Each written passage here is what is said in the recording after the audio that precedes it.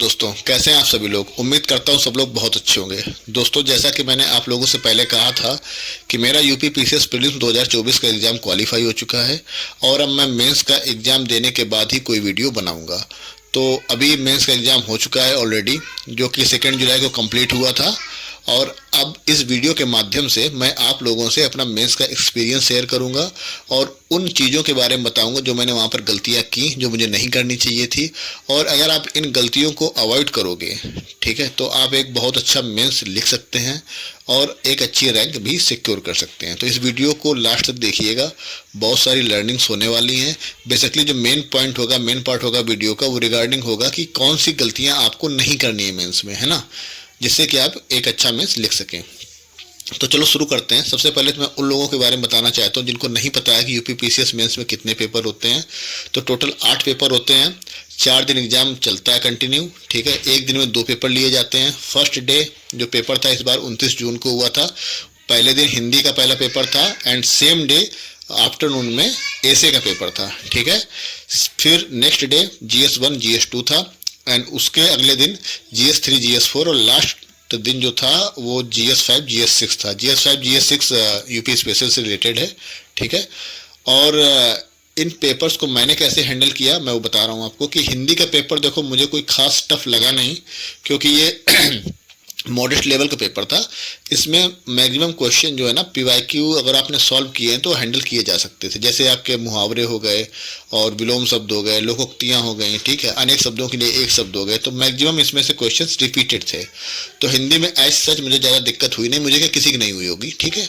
और अगर बात करें ऐसे की दोस्तों, तो ऐसे में भी आप प्रिडिक्ट कर सकते हैं किस टाइप का ऐसे पूछा जाएगा, ठीक है। अगर जो आपने पीवाईक्यू सॉल्व किए हैं, ऐसे के जो रिपीटेड थीम्स हैं उस पर अगर आपने काम किया है तो आप ऐसे को अच्छी तरीके से हैंडल कर सकते हैं।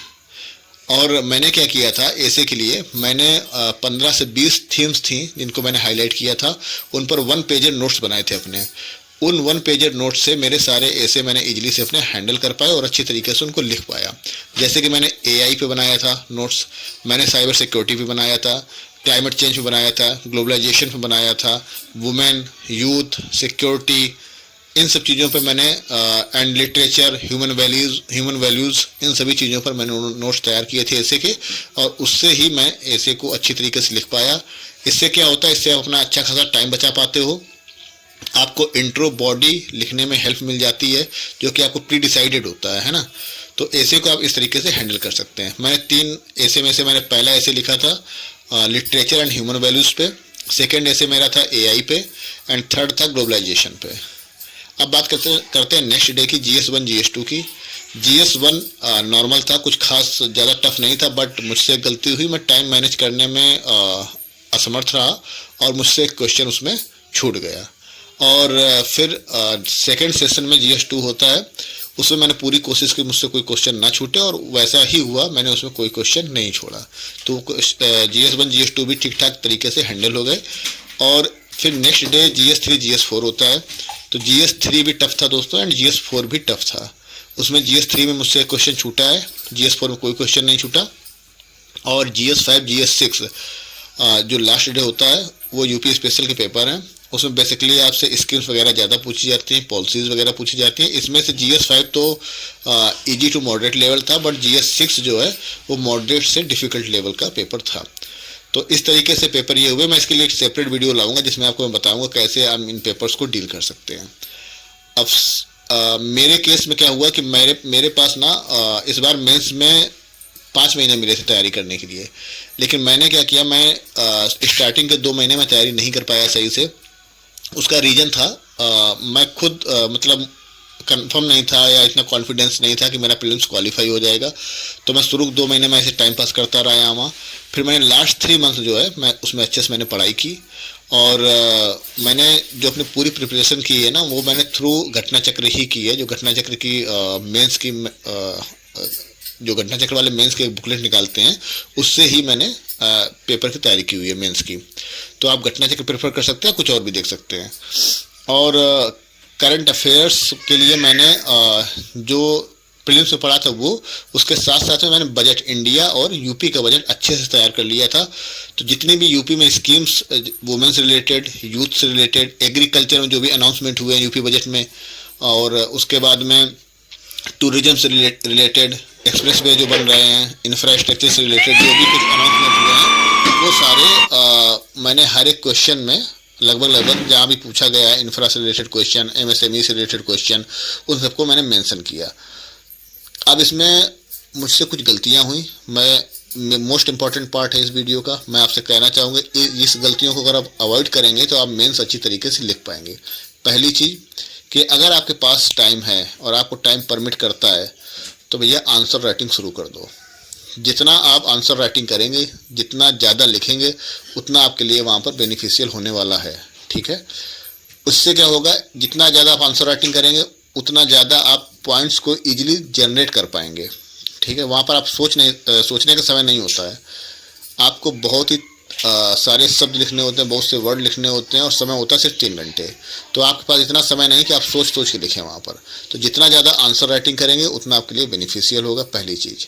दूसरा, रिवीजन जो मैंने नहीं किया ज़्यादा, तो जितना आप रिवीजन करेंगे उतना आपके लिए पॉइंट जनरेट करने में और एक बेटर आंसर लिखने में फ़ायदा मिलेगा। ये आपको टाइम भी सेव करेगा, ठीक है। और अगर मुझसे पूछो कि आंसर राइटिंग करना सही है, रिवीजन ज़्यादा करना सही है, तो उन लोगों के लिए मैं बात करना चाहूँगा जो जॉब करते हैं, जैसे मैं खुद जॉब करता हूँ। तो मेरे हिसाब से, ये मेरा पर्सनल व्यू है, आप इससे डिफ़र कर सकते हैं। मेरे हिसाब से आंसर राइटिंग से बेटर है आप रिवीजन पर ज़्यादा फोकस करें। जितने बार आप रिवाइज करेंगे, मल्टीपल टाइम रिवीजन करेंगे, उतने बेटर तरीके से वहाँ पर आप पॉइंट जनरेट कर पाएंगे। क्योंकि आंसर राइटिंग में टाइम लगता है, ठीक है। और अगर आप ऑलरेडी जॉब कर रहे हैं, आपके पास फैमिली है, बच्चे हैं, बीबी हैं, तो उतना आपको समय नहीं मिलेगा कि आप आंसर राइटिंग भी कर पाएँ और उस साथ साथ में आप रिवीजन भी कर पाएँ। तो बेटर ये होगा कि जो भी टॉपिक्स आपके तैयार हैं अच्छे से रिवाइज करें और करंट अफेयर्स का डाटा रेडी रखें। Data related to agriculture, infra and आपका यूथ, ठीक है, साइबर सिक्योरिटी एंड आपका इंटरनल सिक्योरिटी। उसके साथ साथ में जितना भी आपका वुमेन से रिलेटेड डाटा है, ये जितना आप रेडी रखेंगे, ये आपको क्वेश्चंस में इनको आप यूज कर सकते हैं, उतना आपके लिए बेनिफिशियल होगा। तो जितना मतलब रिवीजन, जितने टाइम आप रिवीजन करेंगे उतना आपके लिए अच्छा होने वाला है। और जिन लोगों के पास समय है, जो सिर्फ पढ़ाई कर रहे हैं, जिनके पास जॉब नहीं है, जो जॉब नहीं कर रहे हैं किसी कारणवश, तो वो आंसर राइटिंग भी करें और रिवीजन भी करें, ठीक है। तो इन 2 चीज़ों पर अगर आप फोकस कर ले गए तो ट्रस्ट में आप बहुत अच्छा करने वाले हैं मेंस में। एंड जो लास्ट मोस्ट इम्पॉर्टेंट चीज़ जो मैं आपसे डिस्कस करना चाह रहा हूँ कि मैंने जो मेंस इस बार लिखा ना, ये मेरा फर्स्ट मेंस था, और मैंने क्या किया कि मैंने कुछ स्कीम्स और इंडिया बजट और यूपी बजट, इसको मैंने बहुत बेहतरीन तरीके से, स्पेशली यूपी बजट, मैंने इसको कई बार मल्टीपल टाइम रिवाइज कर लिया था। तो मैक्सिमम क्वेश्चन में ट्रस्ट में कि लगभग GS1, GS3 and GS5 and GS6 specially, in papers में मैंने गवर्नमेंट स्कीम्स का भरपूर यूज किया। जैसे कि आप यूपी बजट में इस बार का मतलब लगभग हर बार ही होता है कि इंफ्रा पे अनाउंसमेंट होता है। जैसे इस बार दिया कि हाईएस्ट एलोकेशन इंफ्रा को किया है, ठीक है। और एजुकेशन में 22 प्राइमरी स्कूल खोलने की बात हुई थी, समथिंग मथुरा वृंदावन कॉरिडोर की बात हुई, टूरिज्म से रिलेटेड बात हुई। तो इन सारी चीज़ों को मैंने मल्टीपल टाइम रिवाइज किया और इनको अलग अलग जगह पर क्वेश्चंस में यूज किया। तो कहने का मतलब मेरा ये है कि आप कम पढ़ रहे हैं, ठीक है, कोई दिक्कत नहीं, बट जो भी पढ़ रहा है उसको मल्टीपल टाइम रिवाइज करो। इससे क्या होगा, आप कम समय में ज़्यादा पॉइंट जनरेट कर पाओगे, आपको वहाँ पर सोचना नहीं पड़ेगा और आप बेहतर तरीके से लिख पाओगे। आप उसमें डाटा का भी यूज कर पाओगे, ठीक है, उसमें करंट जो भी सिनेरियो चल रहा है, करंट अफेयर्स का भी यूज कर पाएंगे अच्छे तरीके से, और आप एक बेहतरीन आंसर लिखने में सक्षम रहेंगे। अब आप क्या कर रहे हैं कि आप पढ़ तो बहुत सारा लिया आपने, ठीक है, दुनिया भर की किताबें पढ़ डाली, लेकिन उसका कोई यूज नहीं है until unless you are not able to write it, है ना। और लिख आप तभी पाओगे जब आपने मल्टीपल टाइम रिवाइज किया है। तो प्रीलिम्स से मेंस एक इंटायरली डिफरेंट गेम है।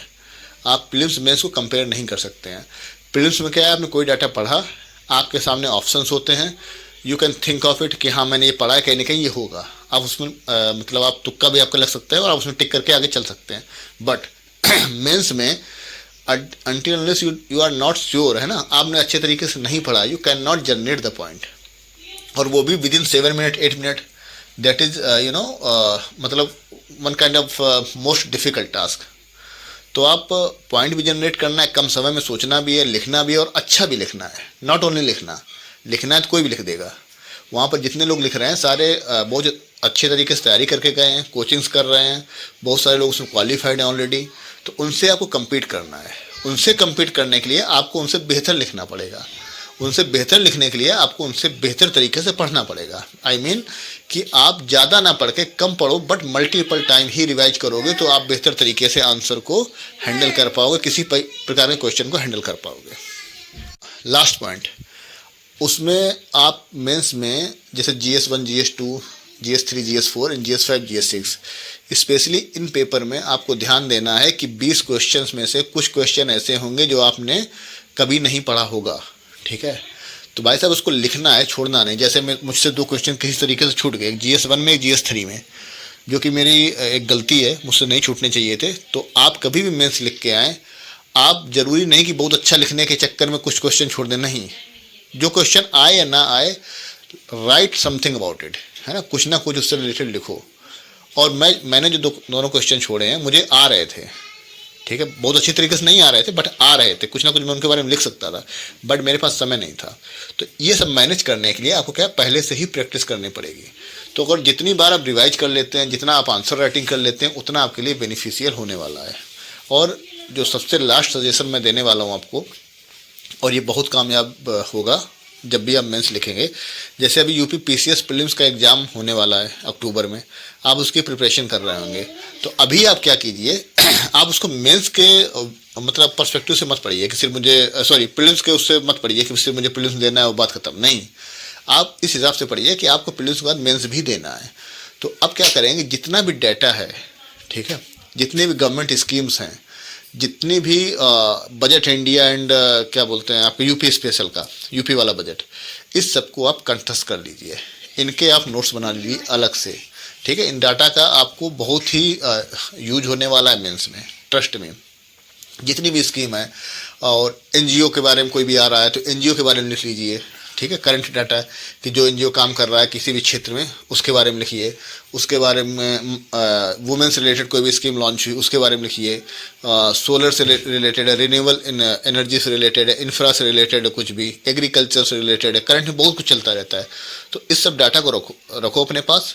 और मुझे लगता है 10-15 पेज के, ऐसा इससे ज़्यादा नहीं बनेगा, 10-15 पेज के अपने नोट्स बना लो, और बीच बीच में उसको एक बार रिवाइज करते रहिए। आपके प्रीलिम्स में भी काम आएगा, और साथ साथ में आपको मेंस में आपके आंसर्स को इनरिच करेगा, ठीक है। एक बेहतरीन आंसर लिखने में आप सक्षम होंगे, और एक आपको अच्छी रैंक सिक्योर करने में मदद करेगा, ठीक है। तो मेरी तरफ से अभी यही है। और आप लोगों को अगर एक अलग डेडिकेटेड वीडियो चाहिए कि आप किसी भी मेंस को, यूपी PCS के मेंस को या RO के मेंस को कैसे हैंडल करना चाहते हैं, कैसे आप उसको बेहतरीन तरीके से हैंडल कर सकते हैं, तो आप मुझे इसमें कमेंट कीजिए वीडियो में, ठीक है। मैं उसके लिए एक अलग से डेडिकेटेड वीडियो लेके आऊँगा। Thank you so much for watching this video. Please like and subscribe the channel. Thank you.